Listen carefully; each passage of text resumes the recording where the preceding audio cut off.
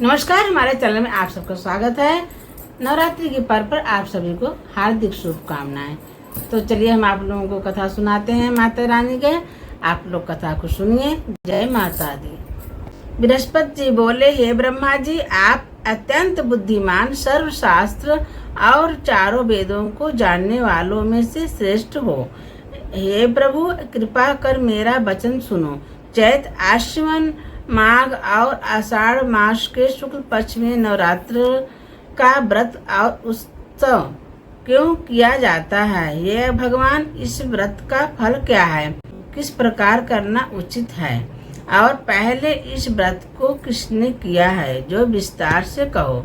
बृहस्पति जी का ऐसा प्रश्न सुनकर ब्रह्मा जी कहने लगे कि बृहस्पति, प्राणियों का हित करने की इच्छा से तुमने बहुत ही अच्छा प्रश्न किया है। जो मनुष्य मनोरथ पूर्ण करने वाले दुर्गा महादेवी, सूर्य और नारायण का ध्यान करते हैं, वे मनुष्य धन्य हैं। यह नवरात्र व्रत संपूर्ण कामनाओं को पूर्ण करने वाला है। इसके करने से पुत्र चाहने वालों को पुत्र, धन चाहने वालों को धन, विद्या चाहने वालों को विद्या और सुख चाहने वालों को सुख मिल सकता है। इस व्रत को करने से रोगी मनुष्य रोग दूर हो जाता है और कारागार में पड़ा हुआ मनुष्य बंधन से छूट जाता है। मनुष्य की तमाम आपत्तियां दूर हो जाती है और उसके घर में संपूर्ण संपत्तियां आकर उपस्थित हो जाती है। बंध्या और काक बंध्या के इस व्रत के करने से पुत्र हो जाता है। समस्त पापों को दूर करने वालों, इस व्रत के करने से ऐसा कौन सा मनोरथ है जो सिद्ध नहीं हो सकता? जो मनुष्य इस अलभय मनुष्य देह को पाकर भी अनवरात्र व्रत नहीं करता है, वह माता पिता की सेवा से विमुख होकर पाप का भागी होता है और वह अनेक दुखों को भोगता है। उसके शरीर में अनेकों व्याधियां उत्पन्न होती हैं। वह संतान का सुख भी नहीं पाता है। इस प्रकार वह मूर्ख दुख भोगता है।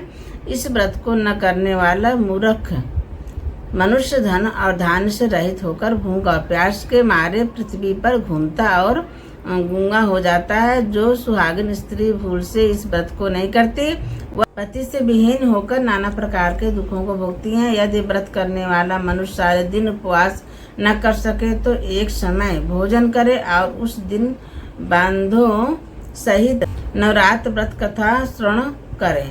ऐसा बृहस्पति जिसने पहले इस महाव्रत को किया है, उसका पवित्र इतिहास में तुम्हें सुनाता हूँ। तुम सावधान होकर सुनो। इस प्रकार ब्रह्मा जी वचन सुनकर बृहस्पति जी बोले, हे ब्रह्मा जी, मनुष्यों को कल्याण करने वाले इस व्रत के इतिहास को मेरे लिए कहो। आपकी शरण में आए हुए मुझ पर कृपा करो। ब्रह्मा जी बोले, पीठत नाम के मनोहर नगर में एक अनाथ नाम का ब्राह्मण रहता था।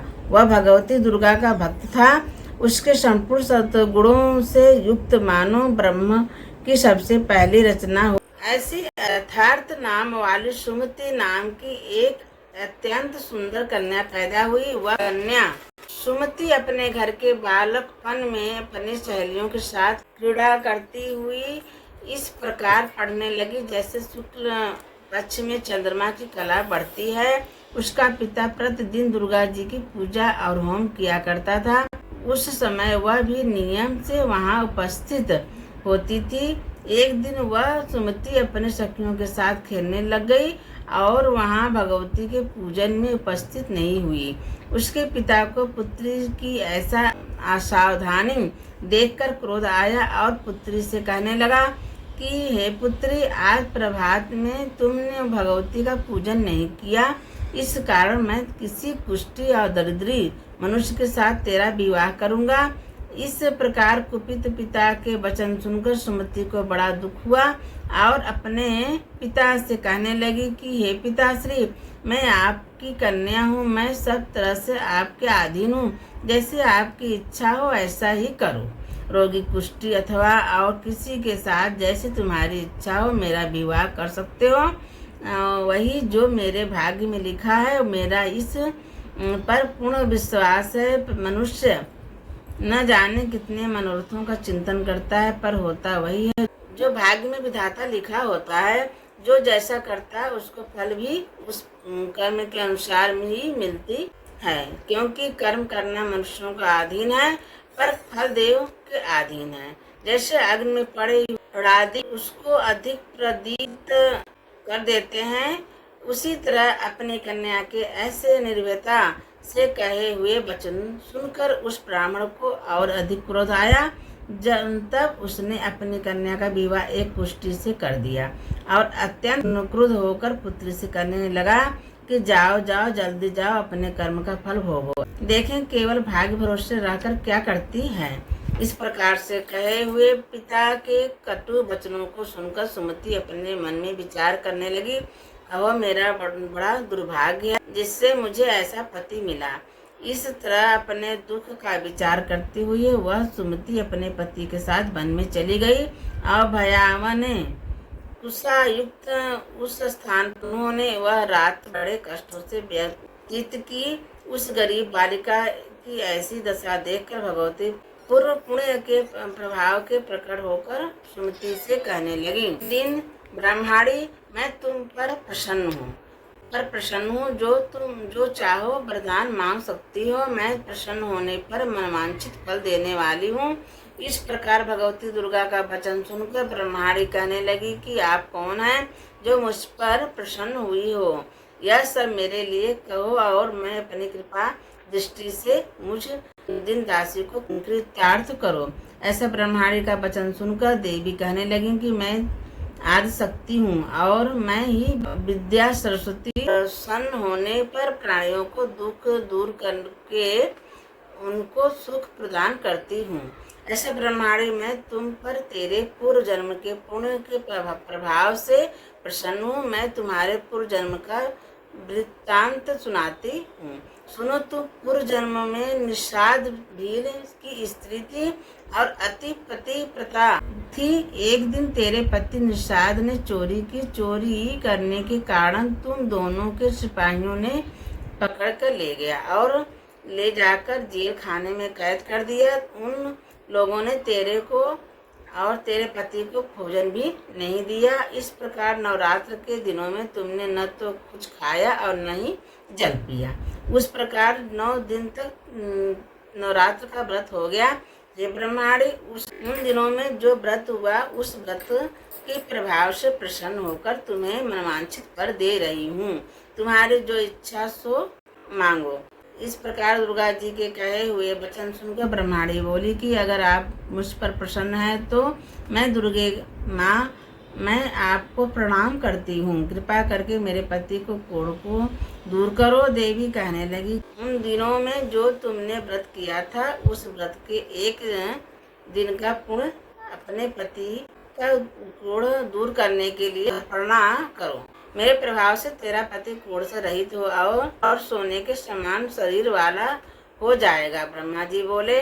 इस प्रकार देवी का वचन सुनकर वह ब्रह्माणी बहुत प्रसन्न हुई। पति का निरोध करने की इच्छा से ठीक है ऐसे बोली। तब उसके पति का शरीर भगवती दुर्गा की कृपा से पुष्टिहीन होकर अति कांति हो गया, जिसकी कांति के समान चंद्रमा की कांति भी क्षीण हो जाती है। वह ब्रह्माणी पति के मनोहर देखकर देवी को अति पराक्रमी वाली समझकर स्तुति करने लगी कि हे दुर्गे, आप दुर्गत को दूर करने वाली, तीनों जगत का संताप करने वाली, समस्त दुखों को दूर करने वाली, रोगी मनुष्य का निरोग करने वाली, प्रसन्न होने पर मनवांछित वस्तु को देने वाली और दुष्ट मनुष्य का नाश करने वाली हो। तुम ही सारे जगत की माता हो। हे अम्बे, मुझे अपराध रहला का मेरे पिता ने कुष्ठ रोगी के साथ विवाह कर मुझे घर से निकाल दिया। उसकी निकाली हुई पृथ्वी पर घूमने लगी। आपने ही मेरा इस आपत्ति रूपी समुद्र से उद्धार किया है। हे देवी, मैं आपको प्रणाम करती हूँ। मुझ दीन की रक्षा करो। ब्रह्मा जी बोले, हे बृहस्पति। इसी प्रकार उस सुमति ने मन से देवी की बहुत स्तुति की। उसकी की हुई स्तुति सुनकर देवी को बहुत संतोष हुआ और ब्रह्माणी के कहने लगी। ब्रह्माणी से कहने लगी कि हे ब्रह्माणी, तेरे उदालय नाम का अति बुद्धिमान, धनवान, कीर्तिवान, जितेंद्रिय पुत्र शीघ्र ही होगा। ऐसा कहकर वह देवी उस ब्रह्माणी से फिर कहने लगी कि हे ब्रह्माणी, और जो कुछ तेरे इच्छा हो वही मनवांछित वस्तु मांग सकती है। ऐसा भगवती दुर्गा का वचन सुनकर सुमति बोली कि हे भगवती दुर्गे, अगर आप मेरे पर प्रसन्न है तो कृपा कर मुझे नवरात्रि विधि बताइए। हे दयावती, जिस विधि से नवरात्र व्रत करने से आप प्रसन्न होती हैं उस विधि और उसके फल और मेरे लिए विस्तार से वर्णन करो। इस प्रकार ब्रह्माणी के वचन सुनकर दुर्गा कहने लगी कि मैं तुम्हारे लिए संपूर्ण पापों को दूर करने वाली नवरात्र व्रत विधि को बतलाती हूँ, जिसके सुनने से तमाम पापों से छूटकर मोक्ष की प्राप्त हो जाती है। आश्विनी मास के शुक्ल पक्ष की प्रतिपदा से लेकर 9 दिन तक विधि पूर्वक व्रत करें। यदि दिन भर का व्रत न कर सकें तो एक समय का भोजन करें। पढ़े लिखे ब्राह्मणों से पूछकर घट स्थापना करें और वाटिका बनाकर उसको प्रतिदिन जल से सींचें। महाकाली, महालक्ष्मी और महासरस्वती, इनकी 3 मूर्तियां बनाकर उनकी नित्य विधि सहित पूजा करें और पुष्पों से विधि अर्घ दें। बिजौरा के फूल से अर्घ देने से रूप की प्राप्ति होती है। जायफल से कीर्ति, धाग से कार्य सिद्ध होती है। आंवले से सुख और केले से भूषण की प्राप्ति होती है। इस प्रकार फलों से अर्घ से देकर यथा विधि हवन करें। खांड, घी, गेहूं, शहद, जौ, तिल, बिल्व, नारियल, धाग और कदम, इनमें हवन करें। गेहूं से होम करने से लक्ष्मी की प्राप्ति होती है। खीर और चंपा पुष्पों से धन और पत्तों से तेज और सुख की प्राप्ति होती है। आंवले से कीर्ति और केले से पुत्र की प्राप्ति होती है। कमल से राज, सम्मान और धागों से सुख संपत्ति की प्राप्ति होती है। खांड, घी, नारियल, शहद, जौ और तिल, इनमें तथा फलों से होम करने से मनवांछित वस्तु की प्राप्ति होती है। व्रत करने वाला मनुष्य इस विधान से होम कर आचार्य को अत्यंत नम्रता के साथ प्रणाम करे। यज्ञ की सिद्धि के लिए उसे दक्षिणा दे। इस महाव्रत को पहले बताई हुई विधि के अनुसार जो कोई करता है उसके सब मनोरथ सिद्ध हो जाते हैं। इसमें तनिक भी संचय नहीं है। इन 9 दिनों में जो कुछ दान आदि दिया जाता है उसका करोड़ों गुना मिलता है।